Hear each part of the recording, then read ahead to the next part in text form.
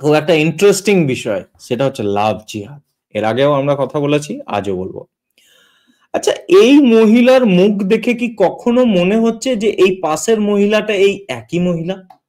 একবার ভেবে দেখুন তো, এই যে চেহারাটা দেখতে পাচ্ছেন না, এই মহিলার কত সুন্দর একটা চেহারা, হ্যাঁ, দেখে সুন্দর লাগছে।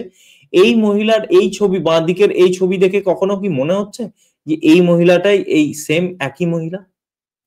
মনে হচ্ছে না নিশ্চয়, আমারও মনে হয়নি। কিন্তু এটাই সত্যি কথা, এই মহিলার আজকের অবস্থা এরকম। কিভাবে হলো সেটা আমরা একবার দেখি। তো এই মহিলার নাম হচ্ছে নন্দিনী রাও, ঠিক আছে, সোদপুরের বাসিন্দা। তো খবরটা দেখুন, 8ই জুনের খবর। আরিয়ান খান এবং তার মা হিন্দু মেয়েকে 3 মাস ধরে বন্দি রেখেছিল, পোড়া সিগারেট দিয়ে নির্যাতন করেছিল, যৌন ও নির্যাতনের শিকার। ঠিক আছে, তো ব্যাপারটা কি হয় শুনুন।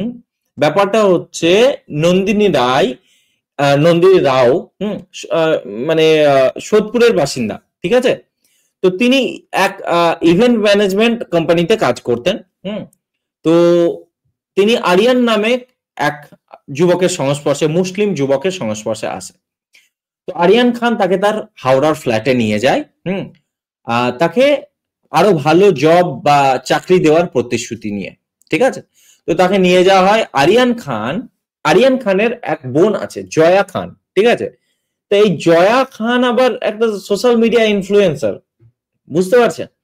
তো এই জয়া খান, আরিয়ান খানের মা, এবং মানে আরিয়ান খানের মা আর তার বোন মানে জয়া খান এই নন্দিনী রাওকে কয়েক মাস ধরে বন্দি রাখে। এই 3 মাস ধরে যেটা এখানে দেখানো হলো, বন্দি রাখে। তার মেরে এক হাত আর এক পা ভেঙে দেওয়া হয়, ঠিক আছে। ভাবুন, মেরে হাত পা তার ভেঙে দেওয়া হয়েছে, তার চুল কেটে দেওয়া হয়েছে। হুম, এখানে থাকবে নিশ্চয়। হুম, এক সেকেন্ড, এক সেকেন্ড। এই যে তার উপর পাশবিক মানসিক এবং শারীরিক অত্যাচার চালানো হয়। হুম, হিন্দু মেয়েটিকে ঘর থেকে বের হতে বা তার পরিবারের সাথে এই 3 মাস ধরে কথা বলতেও দেয়া হয়নি, ঠিক আছে। তো 3 মাস ধরে ওই মেয়ে তার নিজের পরিবারের সঙ্গে কোন রকম যোগাযোগ করতে পারেনি, কোন রকম তাকে কন্ট্যাক্ট করতে দেওয়া হয়নি। 3 বছর ধরে, 3 মাস ধরে আটকে রাখা হয়েছিল। 3 বছর নয়, 3 মাস। তারপর লোহা আরিয়ান খান ওকে যৌন নির্যাতন করে, মানে মাল্টিপল টাইম রেপ করে, ঠিক আছে। লোহার রড দিয়ে মারধর করেছে, তারপর জোর করে তার চুল কেটে দিয়েছে, জ্বলন্ত সিগারেট দিয়ে তার শরীরের বিভিন্ন গোপনাঙ্গে ছ্যাঁকা দিয়েছে, ঠিক আছে। তো ওই যে যার ব্যাপারে বলছিলাম, তার মা শ্বেতা খান একজন সোশ্যাল মিডিয়ার কন্টেন্ট ক্রিয়েটার, ঠিক আছে। এবার দেখুন, এখানে বলা হচ্ছে তাকে যৌন নির্যাতন করা হয়েছে, অভিযোগ করা হয়েছে তার গোপনাঙ্গে রড প্রবেশ করা হয়েছিল। আমরা ভেবে দেখুন, 3 মাস ধরে তাকে বন্দি রাখা হয়েছে, মেরে তার হাত ভেঙে দেওয়া হয়েছে, হুম, তার পা ভেঙে দেওয়া হয়েছে, তার চুল কেটে দেওয়া হয়েছে, তাকে 3 মাস ধরে তার মানে বাইরে বেরোতে দেওয়া হয়নি, তার পরিবারের কারোর সঙ্গে ফোনে যোগাযোগ করতে দেওয়া হয়নি, তাকে মাল্টিপল টাইম ওই আরিয়ান খান ধর্ষণ করেছে, সিগারেট দিয়ে তার শরীরে বিভিন্ন জায়গায় জ্বলন্ত সিগারেট দিয়ে ছ্যাঁকা দিয়েছে। হুম, তারপর তার গোপনাঙ্গে লোহার রড প্রবেশ করিয়েছে। একবার ভেবে দেখুন, মানে কোন লেভেলের পাশবিক অত্যাচার, মানসিক এবং শারীরিক অত্যাচার তার উপর করা হয়েছে, আপনি একবার ভেবে দেখুন, ঠিক আছে। তো এই এই মামলাতে এখন ওই আরিয়ান খান, তার মা শ্বেতা খান এবং তার বোন জয়া খান এরা অভিযুক্ত। হুম, ছয় উপভোক্ত ভুক্তভোগী, ভুক্তভোগী মানে ওই মহিলাকে, ওই মহিলার নাম গোপন রাখা হলে সব থেকে ভালো হয়। তো যাই হোক, এখানে নাম ইনক্লুড করা হয়েছে নন্দিনী রাও। তো উনি বন্দিদশা থেকে পালাতে সক্ষম হন 6 তারিখে। এবং তাকে বাড়িতে ফিরে আসেন।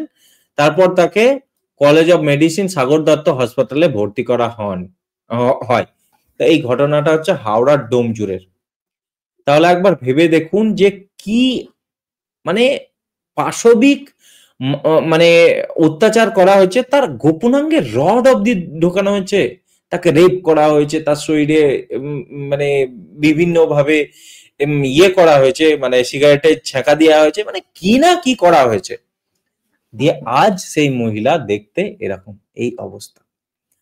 আমি শুধুমাত্র আমি আমার হিন্দু বোনেদেরকে, হিন্দু বৌদিদেরকেও, বৌদিদেরকেও বাদ দিচ্ছি না, হিন্দু বোনেদেরকে আমি শুধুমাত্র এটাই বলতে চাই যে রিয়ালিটিটা চোখ মেলে তাকিয়ে দেখো। মানে এমন কি আছে যে ওদের কাছে যেতেই হবে? কি এমন এক্সট্রা প্রোভাইড করে? কি থাকে ওই বিশেষ সম্প্রদায়ের ছেলেদের মধ্যে? এমন কি থাকে যে তোমাদেরকে যেতে হবে? We do not believe in religion, we believe in love, मेरा अब्दुल ऐसा नहीं है। अरे सबका अब्दुल ऐसा ही है। কি নিজের নিজের ভবিষ্যৎটা তো শেষ করছোই, ম্যাক্সিমাম ক্ষেত্রে তো এরা বেঁচে ঘর ফিরছে না, এ তো তাও বেঁচে ঘরে ফিরেছে। ম্যাক্সিমাম ক্ষেত্রে তো হিন্দু মেয়েরা বেঁচেও ঘর ফিরছে না, তাদেরকে কেটে কাউকে ফ্রিজে ভরছে, কাউকে সুটকেসে ভরছে, কাউকে মেরে ফেলে দিচ্ছে, এই তো কেস চলছে। কবে শিখবে তোমরা? কি এমন আছে? কি আছে? আজকে এই মেয়েটা কোনোভাবে পালাতে পেরেছিল বলে বেঁচেছে, কিন্তু ভেবে দেখুন যে ৯৯টা মেয়ে পালাতে পারে না, তাদেরকে হত্যা করা হয়, তাদের বডি কখনো ফ্রিজে পাওয়া যায়, কখনো সুটকেসে পাওয়া যায়, কখনো বস্তায় মানে বাঁধা পাওয়া যায়। কি আছে যে তোমাদেরকে যেতেই হবে? আর বলিহারিয়া মানে তোমাদের বাবা মাদেরকে যে কোনো শিক্ষা দীক্ষা দেয় না, কখনো দেখে না যে আমার ছেলে মেয়েরা কাদের সঙ্গে মিশছে, কাদের সঙ্গে উঠছে বসছে, কি? আর তোমরা কি এমন প্রেমের হাওয়ায় ভেসে যাও, কি এমন প্রেমের জোয়ারে ভেসে যাও যে তোমরা তোমাদের ঠিক ভুল জ্ঞান থাকে না, তখন তোমরা মনে হয় যে মানে ভালোবাসার নিচে সব, ধর্মের ঊর্ধ্বে ভালোবাসা। আরে কোনো কিছু নাই, এসব আলতাকাইয়া চলছে, তোমাদেরকে ফাঁসানো চলছে। কাফেরের মেয়েদেরকে ফাঁসিয়ে তাদের সঙ্গে শারীরিক সম্পর্ক করে, তাদেরকে ব্ল্যাকমেল করে, তাদেরকে ধর্ম পরিবর্তন করানো, তাদেরকে গোমাংস খাওয়ানো, এটা হচ্ছে টার্গেট। কবে বুঝবে? কি কি এমন কি আছে যে মানে ছাদে চেপে কি মাইকে করে অ্যানাউন্স করতে হবে, নাকি যতদিন না নিজের সঙ্গে ওই মানে ওই মানে মর্মান্তিক দুর্ঘটনাটা ঘটছে ততদিন শিখবে না? বাঙালির এরকম মানে ইয়েই আছে না, বাঙালির এরকম পুরো ট্র্যাক রেকর্ড আছে যে যতদিন না নিজের ঘরে আগুন লাগছে ততদিন সে শিখবে না। পাশের ঘরে দেখতে পাচ্ছে যে পাশের ঘরে আগুন লেগেছে, তখনও তার বাঙালি ভাববে যে কি আছে, আমার ঘরে তো আসেনি। তোমার ঘরে আগুনটা পৌঁছাবে, তোমার ঘর পুরো ছাড়খাড় হবে, তবেই তুমি শিখবে। এত কেস এখন সোশ্যাল মিডিয়া আছে, এখন কনভেনশনাল নিউজ মিডিয়া বাদ দিলাম, তোমরা খবর কাগজ পড়ো না বা খবর দেখো না, কিন্তু সোশ্যাল মিডিয়াতে তো দেখতে পাও রে ভাই। তারপরেও এরকম কি আছে যে যেতেই হবে ওই বিশেষ সম্প্রদায়ের ছেলেদের পিছনে? আর কি এমন মানে ফান্দে ফেলে? দুটো যদি কমপ্লিমেন্ট দিয়ে দেয় তাহলে এত গলে যাও? বুঝতে পারো না যে কি হচ্ছে না হচ্ছে? ফ্ল্যাটে নিয়ে গেল আর চলে গেলে। ম্যাক্সিমাম মেয়ের এই কাহিনী, ও ফ্ল্যাটে ডাকলো আর তুমি চলে গেলে। কোনো কমন সেন্স নাই। নিজের মানে ইয়ে দেওয়াটা মানে নিজের নারীত্ব সতীত্বের কোনো মর্যাদা নাই, তোমার নিজের কোনো সেলফ রেসপেক্ট নেই তোমাদের। যে যে বারবারিক ইনভেডারদেরকে আমরা আমাদের ভারতীয় হিন্দুরা বিগত 1000 বছর ধরে লড়ছে, যে গজনবী, যে ঘোরি, যারা এসে আমাদের মন্দির ভেঙে দিয়েছে, তছনছ করে দিয়েছে, আমাদের পূর্বপুরুষদেরকে মানে তলোয়ারের নখে ধর্ম পরিবর্তন করিয়েছে, যারা আমাদের এই মানে আমাদের হিন্দু মেয়েদেরকে নিয়ে গিয়ে ওই গজনীর বাজারে কৃতদাসের মতো বিক্রি করেছে, হারেমে বিক্রি করেছে। সেই মিডল ইস্টের বাজারে মানুষ, যে বাজারে মানুষ কেনা বেচা হতো, সেই বাজারে গিয়ে হিন্দু মেয়েদেরকে মানে পয়সার ভাবে বিক্রি করেছে। এই যে বিগত 1000 বছর ধরে এই যে বারবারিক ইনভেশন আমাদের উপরে চলছে, সেখান থেকে কোনো শিক্ষা নেবে না? তোমরা কি কিছুই জানো না এই দেশের ইতিহাস সম্পর্কে, যে হিন্দুদের উপর কি হয়েছে? এই হিন্দু মেয়েরা, আজ আমাদের রাজপুতানার হিন্দু মেয়েরা, হিন্দু নারীরা কেন জোহর করতো জানো? কেন মানে জ্বলন্ত আগুনে নিজের মানে নিজের শরীরকে সমর্পণ করতো জানো? জোহর করা বুঝো তো? পদ্মাবত সিনেমা দেখেছো তো? তো সেখানে গিয়ে জ্বলন্ত অগ্নিতে নেমে যাচ্ছিল আমাদের হিন্দু মেয়েরা, কেন জানো? কেন? নেক্রোফেলিয়া বোঝো? নেক্রোফেলিয়া মানে সবের সঙ্গে সহবাস করা।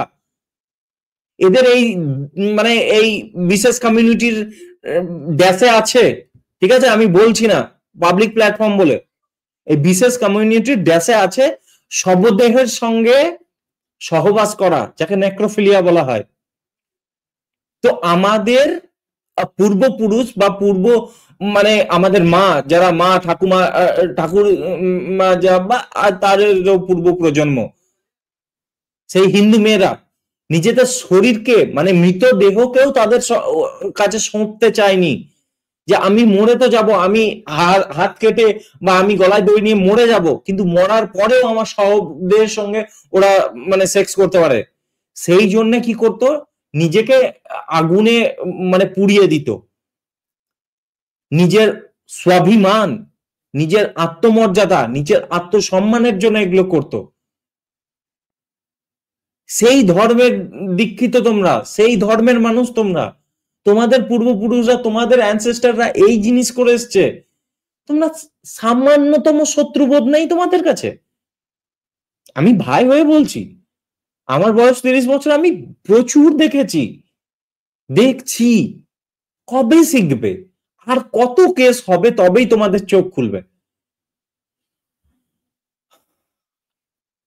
এনিওয়ে, তারপর আর কি বলবো? তারপর জানা গেল যে আরিয়ান খানের মা, যে শ্বেতা খান, যে কিনা সোশ্যাল মিডিয়া ইনফ্লুয়েন্সার, সেই আরিয়ান খান, যে আরিয়ান খান ওকে নিয়ে গেছিল, সেই শ্বেতা খানের খান টিএমসি নেতার সাথে যুক্ত। এই দেখতেই পাচ্ছেন, এটা টিএমসির নেতা। শ্বেতা খান টিএমসির নেতার সাথে, এখানে দেখুন ছেলে আরিয়ান খান পর্ন ব্যবসা করতেন।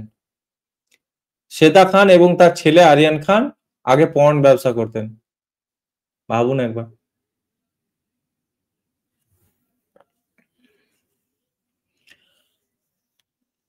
মানে আর কিছু বলার নেই। কাদের সঙ্গে উঠছেন, কাদের সঙ্গে বসছেন, কাদের সঙ্গে ঘুরছেন, তাদের ব্যাকগ্রাউন্ড, তারা কি কেমন মানুষ, কিচ্ছু জানার প্রয়োজন নয়। ভাবুন একবার, এদের ফ্যামিলি কেমন, যে মায়ের সাথে যুক্ত হয়ে পর্নের ব্যবসা করেছে এই আরিয়ান খান। কি বলবো, কাকে কি বলবো, কি মানে কি শেখাবো বলো? মানে এই দেখার পর আর কিছু বলার থাকে না, যে এত মানে অবুঝ হিন্দু মেয়েরা, এত অবুঝ, এদের বাবা মা কি কিচ্ছু শেখায় না? যাই হোক, খুব নেগেটিভ নেগেটিভ কথাবার্তা বললাম, কারণ সিচুয়েশনসই ওরকম ছিল।